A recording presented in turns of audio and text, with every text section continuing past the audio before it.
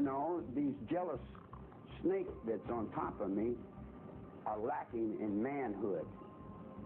So they don't want nobody like me to live. They do their damnedest to kill me every day they get the chance. You know, they say that I was a leader in a family of people, which is bull.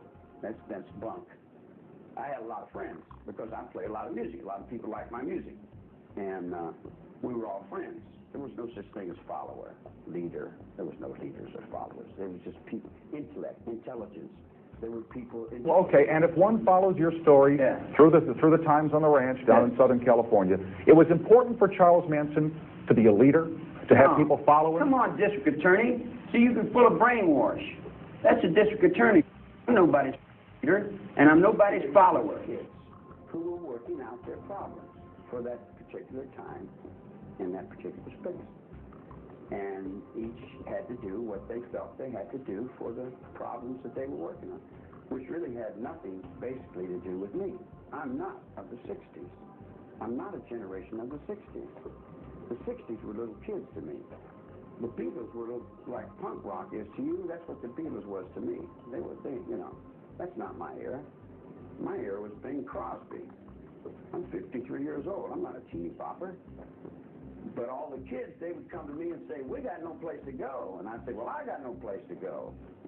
You know, so they were throwaway kids, and I was a throwaway kid. Tell me a little bit about your background. Tell me, if you could describe your childhood in a couple of sentences, how would you describe it? I didn't have a childhood. Tell me a little bit more. Tell me more. I went to reform school in '43. And I've been fighting. If you got out of here, there are a lot of people who think you'd go start killing people again. Again? Well, you guys are misinformed. I haven't killed anyone. He gets little information from other people. And anybody that wants to tell him something, and what he wants to believe, and what he feels will sell to the public. I go through Vacaville, and I carried Vacaville in my back for 18 years, and they promised me a main line. 3 doctors took me off Category J. And took me off high violent potential. I go back to San Quentin. They need me for high violence so they can sell this thing to the public that they're selling to the public. Have more income taxes, build more prisons, and convict the public in their eyes as if they're doing the right thing and protecting the public. They're creating more crime. We're creating the crime that's eating us up. We're creating it with our media. We're creating it. Criminals are our children. We don't want to face that, but the criminals are our children. So the public can feel safe against this monster. We're going to charge you $200 million to build another. Why don't you tell the public what's really going on? Why don't you tell them the water's so bad the fish can't live in it? Why don't you tell them that the polar caps are melting because you're creating so much heat with this machine? You see what I'm saying? Why don't you tell them the truth? That we were going to blow the world up in the 60s. But a handful of kids jumped up and said, no, give the other children a chance. And they saved it from being blown. You have a lousy childhood then. Yeah, I had a terrible childhood. But I'm from here. In other words, it didn't get to you. No, I've never sold out. They've never beat me. I haven't been beaten. And yeah, I run an underworld. You run an underworld in jail. Tell me about that. You don't see it?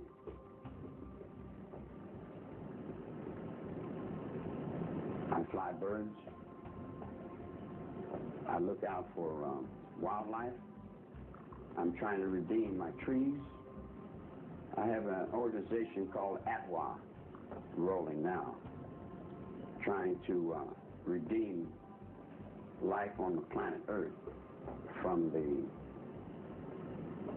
people that destroy it.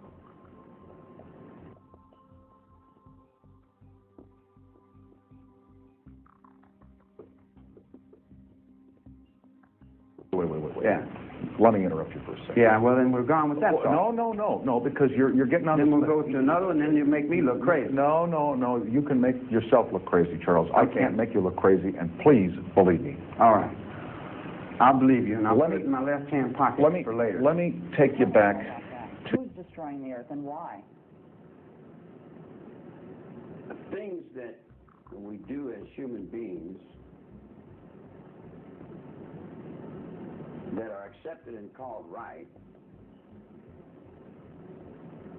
100 years ago have changed. Years ago, we could cut down trees, and we could afford an exuberant lifestyle. We can't afford that no more. We're running out of atmosphere. We're running out of water. Our water's becoming so poisoned and so polluted, we're not going to be able to drink it. The trees are being cut down so fast. Lumber companies are just...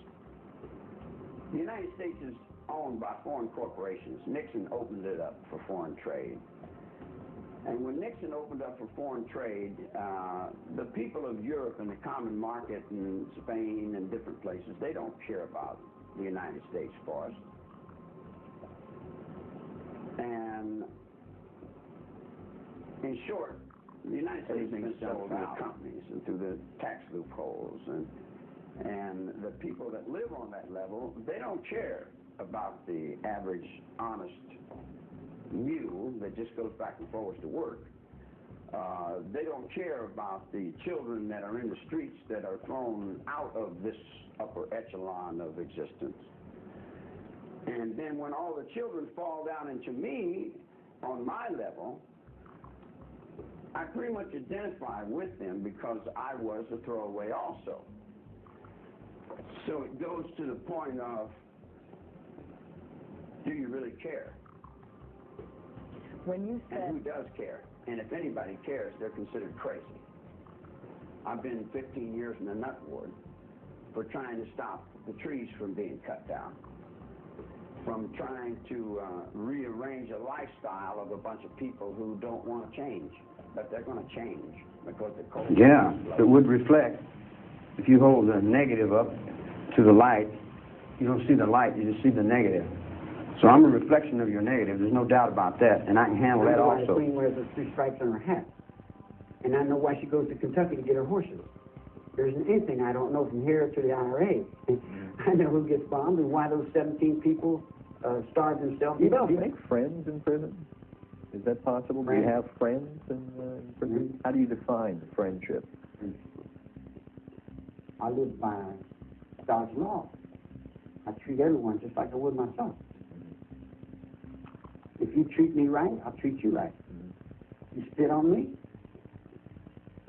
then I've got to spit on you. Prison is the mind. Most of the people that work in the prison are more in prison than the people they got in prison. They just got their kids in prison. They got the poor people in prison. They got people that have no money in prison. I broke no laws, not God's law nor man's law. I've had to survive in a world that you guys don't even have any idea what's going on. I'm the man in here. And that's a fact. Have you never felt remorse for the crimes you committed? What crimes? I Well, told you I hadn't committed any crimes. prison was originally started as a farm. And if you liked the person that came in your courtroom, you gave him another chance to be reborn and enter into a right way of life. Prison was not built to punish people. It was built to help people. That's why they're called peace officers. But sadistic ding-dongs got in there and wanted to make it into be the shadows of what they thought. And the incompetent and the inadequate need to punish someone so they feel better. So it's like in reform school, they used to lay me down and beat me with leather straps till I couldn't walk. And I used to think, what did I do wrong? And for years I would think that I was wrong, that I did something wrong, and then I seen it wasn't that I did anything wrong. They beat me so they show the next kids now what's not to do. This confusion belongs to you. It's your confusion. I don't have any confusion. I don't have any guilt. I know what I've done. I didn't kill nobody. I didn't tell nobody to get killed. Okay. I didn't get no trial. Okay, Mr. Yeah, we don't want to hear that. See? I don't know. We don't want to mix anything up with the truth. I told the judge, can't you see what you're doing here? He didn't care. Nobody cared. When he was finally given the right to testify in court, prosecutor Vincent Bugliosi argued that Manson's hypnotic powers might be too persuasive. And all these comedians who get up there and tell jokes about Charlie Manson, what would you do if I was in the same room with you? I know more about the economy, more about money, more about the government than any 10 presidents you got. You know, in other words, I was in solitary confinement and I watched everything you guys do. And the truth is, you're all lying to yourselves. I have empathy for your children. I have understanding for your children and compassion for your children. And I love those kids with my heart and my soul. And I've seen the struggle that they were struggling through, being thrown out of their houses, no place to go. Daddy's a rocket scientist. Mama's always drunk. So did I put the kids in the garbage can? Your society put your kids in the garbage can. I picked them out of the garbage can and said, all you got to do, tell the truth and be honest. I go in the visiting room and all the kids run over, so they won't let me in the visiting room because all the kids come over to play, man. And they get up in my lap, and little 5-year-olds get up in my lap, and he'll say, I'm Charlie Manson, give me your money. And he takes their money away from him, and he laughs. He's only 5. But that would make me a bad guy because you would say I was influencing him. But how about him? Is he influencing me? You come and draw a line, you say, you can't get out of there. And I say, out of where? He said, you're locked up. I said, locked up in what? He said, well, you're locked up and we're free. And I said, oh, yeah. And then you walk back and forth and you play important with my life as if you got something that I want. Hey, how you doing? You still in there? Is anybody there? They'll run out and demonstrate for a nuclear power plant and go home and turn electricity on. If you want to demonstrate for a nuclear power plant, don't use electricity. Does it make sense? You know what I'm saying? They want to demonstrate for something on one hand and get their faces up in the camera and like, look at me, I'm different, you know, or pay me to be somebody, you dig? And then on the other hand, they can't be somebody because they go home and turn the fucking electricity on and use the same fucking pollution. You dig what I'm saying? In other words, you can't protest cutting down trees with paperwork. All the people that want to live, stop cutting down trees and stop polluting the ground. I am nobody. I'm nothing. I'm now. I've been now all my life. My mother went to prison and left me. And everybody's lied to me. My principal is not locked up in a bank. And my soul is not locked up in a government. And my life is not locked up in a penitentiary. You got my body in a cell, but that's only a day. You know, that don't count for no eternity. I'm walking in forever. You've medicated me, you've burnt me, you've beat me, you've stabbed me, you've done everything you can do to me, and I'm still here, and you're still going to have to face the truth about this case sooner or later.